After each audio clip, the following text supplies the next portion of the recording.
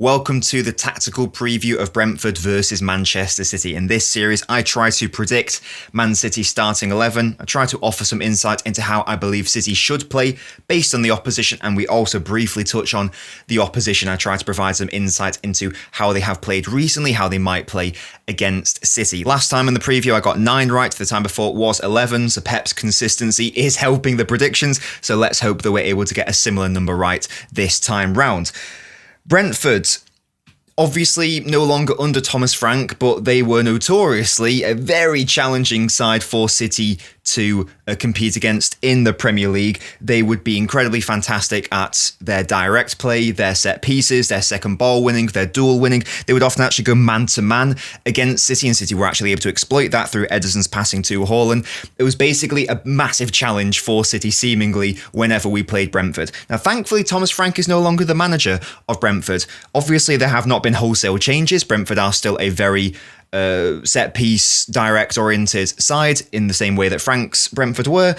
However, they are not as intense as they once were based off what I've seen from them so far this season. They've obviously lost Mbeumo as well. So they've lost a little bit of energy and a little bit of running over the summer in respect of their outgoings and also in respect of the managerial change. However, at the end of the day, they are still a threat for City and they will still be incredibly dangerous on the counter-attack. They have not had more than 50% possession one game this entire season, so I am going to envisage a pretty stubborn Brentford opponent against City. Now, this was how they lined up against United, except it wasn't, because it was actually more of a 4-2-4. I believe it was Thiago and Damsgaard who were pressing as those two central strikers. Now, if I were to believe that Brentford would play like this against us, then I would suggest something quite interesting to bypass this 4-2-4 press, because City did it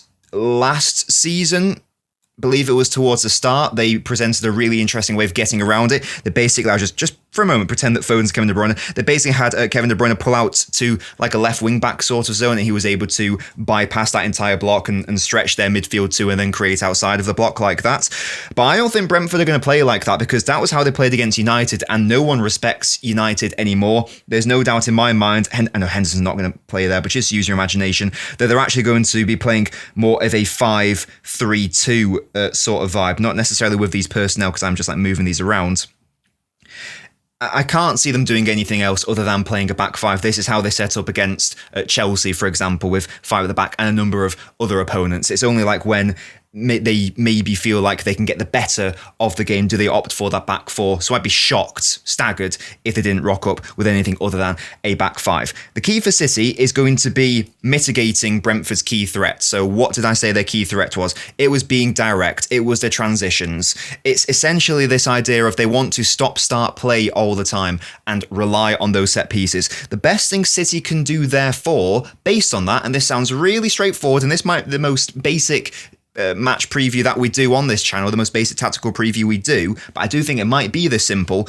City need to mitigate that by not allowing Brentford to play like that. And the way to do that is to keep the ball on the floor, and it's to ensure that you do not allow yourself to do what United did, where they turned it into a contest of second balls in the midfield in particular, and Brentford were going to win that every single time.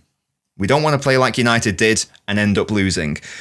City should not try to lean into that. More transition style, more direct style, more aerial style.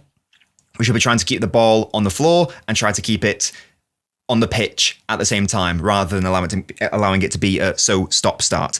The key to that, therefore, is going to be playing a lot of players who are comfortable on the ball, obviously. Players who aren't going to lose it. It doesn't have to go to an extreme where you only play all of your best small space players and all of your best on-ball players necessarily, because Brentford haven't been as intense in their pressing as of late. So there is room for having more long space players and big space players, but there still should be an emphasis on that. I believe that the biggest point of contention is going to be who City plays at right back, because Kusanov is still out. Stones has now arrived as a potential option at right back for City as well. So now we have Stones, we have Lewis, and we have Nunes.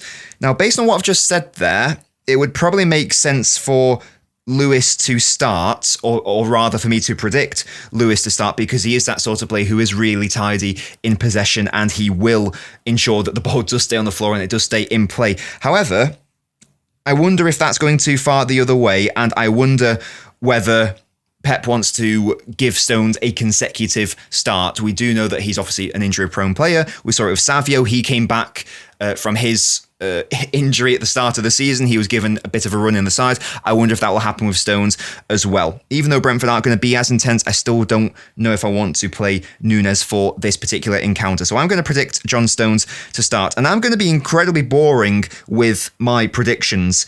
I think that Donnarumma is going to start off, obviously. We're still in a situation where Aït-Nouri is not returned to the club, so O'Reilly got to play instead. Gvardiol Diaz is a thing. Again, Kusanov is not even in contention.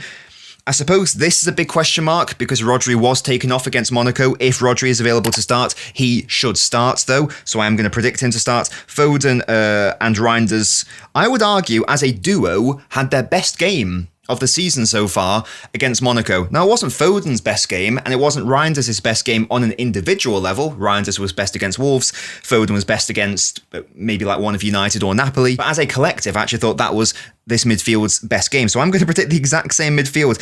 And there are so many minutes in these legs, and fatigue is a thing, but the international break is literally just after this match. Some of our players aren't even going on international break, which is fantastic news as City fans. Foden, for example, isn't going. That's excellent news. So they will have a little bit of recuperation to a degree. So I think it's fine to ask one more start of these players if they are fit to do it. Rodri, the big outlier there.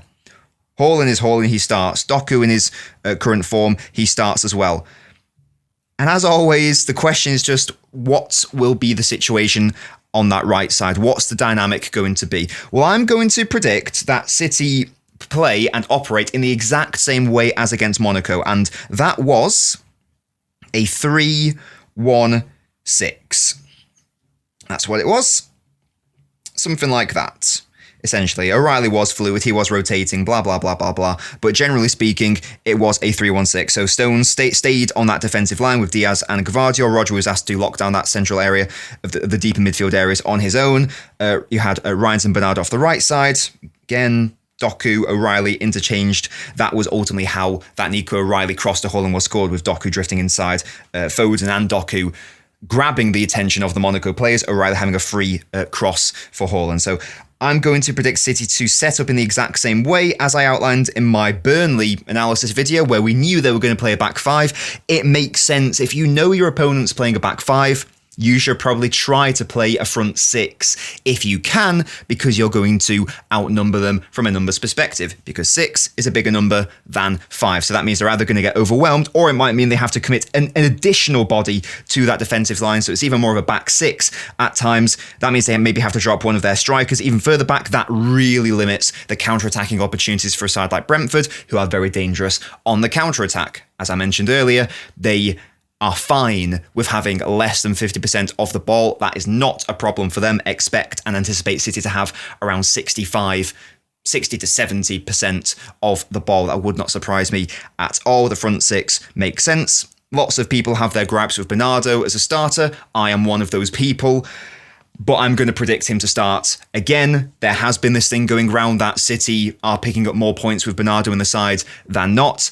I wonder whether that's just a case of, are we just saying that correlation equals causation? I don't think they are necessarily one and the same, but for the purposes of a prediction, I will predict Bernardo to start, even though I would like someone like Savio to start instead, because I don't know what use Bernardo's going to realistically have when we know the opponent's going to be playing low block football. But this is a prediction, not necessarily what I want to happen. I might want to play Savio if Stones is my right back. I might want to play Bob if Núñez is my right back. But this isn't about what Nobbins wants, even though I'm offering that. This is more so, what do I think Pep Guardiola is going to do in the match. That's the video, guys. Really hope you enjoyed it. Slightly shorter than usual, far more basic than usual, so apologies if it wasn't that interesting. But I just don't know if there's too many interesting things to talk about in the precursor to this match, especially given the fact that we've just played a back five Burnley and we've just played a back five Monaco. I can see it being essentially the exact same starting 11. In fact, no, I have predicted the exact same starting 11. I do think that Pep is clearly after consistency. He's trying to establish what his best team is. There is lots of room for improvement off that right side, whether it's at right back, whether it's off that right wing. We have players returning. We have Shirky coming back, Ait Nouri, Marmoush, Kusanov. All of these players come back. It'd be really interesting to predict teams after the international break. But right now, it's a little bit more basic and hopefully straightforward. Thank you so much for watching. Hope you enjoyed it. Leave a like on the video, it's free. And shout out to my beautiful highest tier members of the channel: Tony, Spartacus, Silver Splits the Blue, Ethan Larios, Austin King, and Rowan.